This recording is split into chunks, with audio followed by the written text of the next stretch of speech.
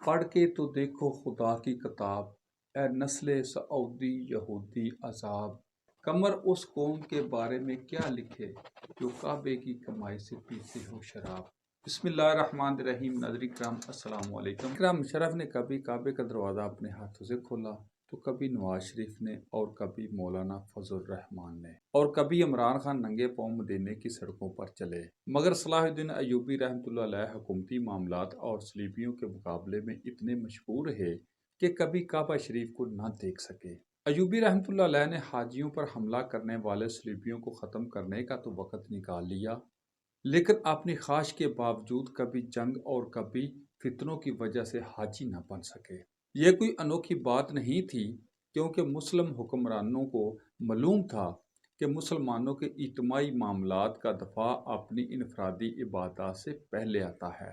اس لیے حکمرانوں کو پرکھنے کا معیار یہ نہیں ہوتا کہ وہ تہجد کتنی پڑھتا ہے یا خانہ کعبہ کا دروازہ اس کے لیے کتنی بار کھلتا ہے، بلکہ معیار تو یہ ہے حکمرانوں کو یہاں اقتدار ملا، وہاں اللہ جل شانہ کا دین غالب آیا ہے یا نہیں، مظلوم کو پروٹیکشن حاصل ہے یا نہیں۔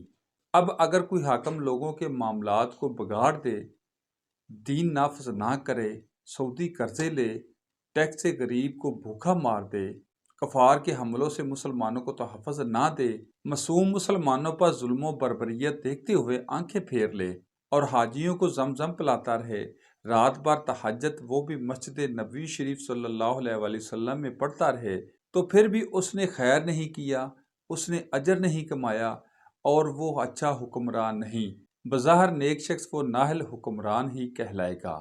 عربوں کی تلواریں رقص کے لیے استعمال ہونا شروع ہو گئیں۔ یہی حال آج باقی عرب ممالک کا ہے۔